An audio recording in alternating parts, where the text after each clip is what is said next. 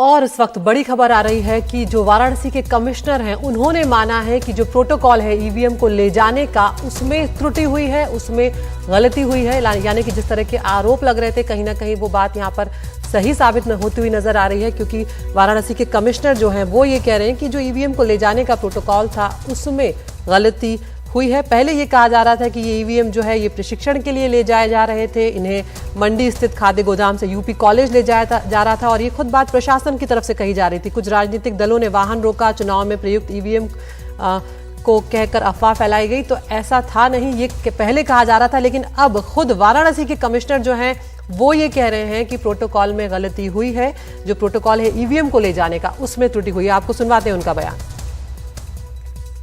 अगर वो ईवीएम का नंबर मैच करता है तो फिर हम लोग दोषी हैं, जो पोलिंग में यूज हुआ और वही ईवीएम निकल रही है। हम लोग की मांग है कि प्रेक्षक को तुरंत बुलाया जाए और जांच करें। प्रेक्षक तो सर यही है, प्रेक्षक तो सर यही है, आपके सामने प्रेक्षक है, पीछे सारे प्रेक्षक बैठे हैं। सही प्रोसेस में सारे प्रेक्षक। अच्छा नियम क्या सर? मैंने जो प्रोटोकॉल हुआ, जो ईवीएम का मूवमेंट था उसमें त्रुटि हुई, ये बात है, उसमें त्रुटि हुई, इसके हम रिपोर्ट भिजवा रहे हैं। लेकिन ये कहना मैं एकदम दावे के साथ बोल रहा हूँ कि सब पोलिंग ये इम्पॉसिबल है।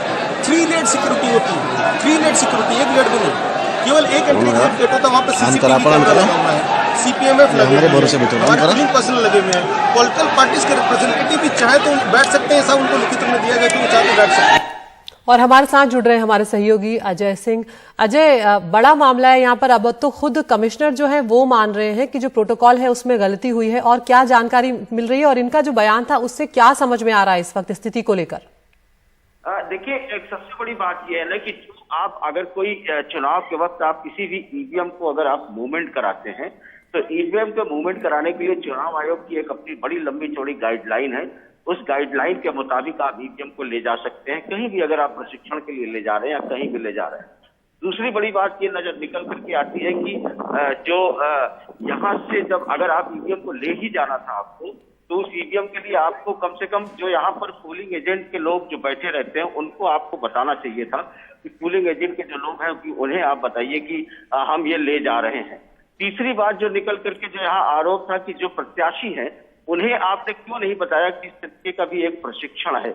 और चौथी बात ये निकल करके आती है कि जो ईवीएम ले जाया जा रहा था उसमें कई तरीके की बातें थी, उसके साथ पुलिस फोर्स नहीं थी, उसके साथ लोग कह रहे थे कुछ खाने के सामान है, कुछ इस तरीके की चीजें हैं।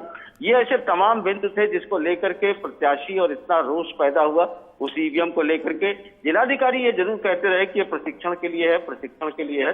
कमिश्नर ने ये माना कि ले जाते समय जो ये सवाल कर रहे थे उस पर उन्होंने कहा कि इस पर चूक हुई है, प्रोटोकॉल में चूक हुई है, इसकी वो जांच करा रहे हैं कि कहां से गलती हुई है, उसको लेकर के ये सारी चीजें कर रहे हैं। लेकिन कल रात में जो 3 बजे तक जो ईवीएम था उसको उन लोगों ने हर एक प्रत्याशी को दिखा दिया। दिखाने के बाद से उस प्रत्याशी को बता दिया कि उससे नहीं है। फिर उस ईवीएम को वहां से उन्होंने अलग कर लिया, जब्त कर लिया कि इसे कहीं नहीं ले जाया जाएगा, उसे अलग भी हटा दिया गया। तो इस तरीके से करके सारी चीजें की, लेकिन जो भी पूरा मसला हुआ इसने एक बड़ा सवाल जरूर खड़ा कर दिया।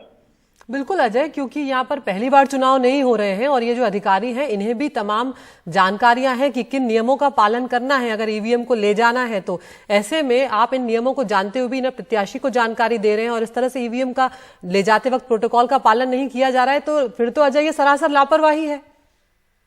बिल्कुल ये लापरवाही है और इसमें कतई नहीं कहा जा सकता कि चुनाव में जब ऐसे सेंसिटिव मैटर हो और इस तरीके की चीजें हैं और सारा कुछ चुनाव आयोग के अंडर गाइडेंस में हो रहा हो, तो ये बड़ी लापरवाही है और इस बड़ी लापरवाही की वजह से ही इतना कयास फैला है। भले ही मामला कुछ भी हो, लेकिन एक पारदर्शिता का जो बात होती है उस पारदर्शिता की बात में आपको इन सारे चीजों के नियमों को, इन सारे प्रोटोकॉल को फॉलो करना चाहिए। आप उसे कैजुअल तरीके से नहीं ले सकते हैं।